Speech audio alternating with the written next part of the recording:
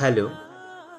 মানুষ কখনো মানুষের শত্রু হতে পারে না, বরং মানুষের শত্রু হলো অভাব। আমরা যখন অভাবে পড়ি, আমাদের মধ্যে হিংসা, ঈর্ষা ও প্রতিযোগিতার জন্ম নেয়।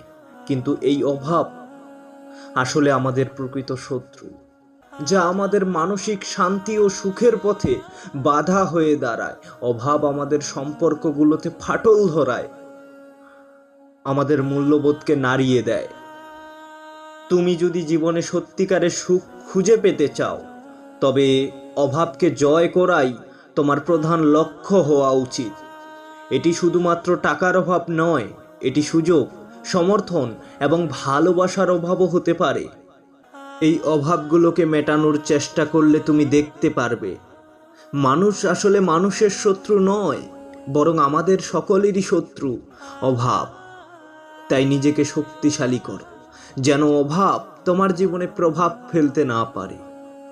অভাবকে হারিয়ে তুমি নতুন করে এক জীবন শুরু করতে পারো, যেখানে সুখ ও শান্তি তোমার সঙ্গী হবে। ধন্যবাদ। আজকের ভিডিও এতটুকুই। ভালো লাগলে লাইক করবেন।